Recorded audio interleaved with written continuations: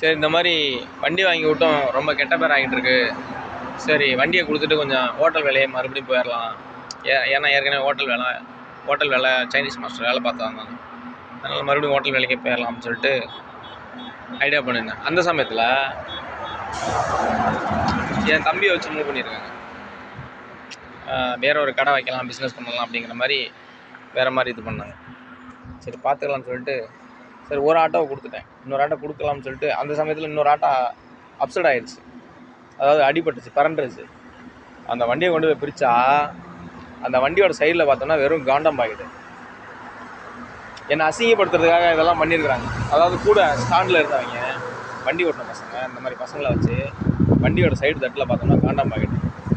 இந்த மாதிரிலாம் நம்ம வந்து ஹோட்டல் வேலை செஞ்சு வண்டிக்கு டியூ கட்டி இவ்வளோ கஷ்டப்பட்டு இருக்கோம் நேர்மையாக வாழணும்னு சொல்லிட்டு. ஆனால் இவங்க நம்மளை அசிங்கப்படுத்தணும் காண்டம் பாக்கெட்டு. அப்புறம் என்ன பண்ணிட்டேன், வண்டியை விற்றுட்டேன்.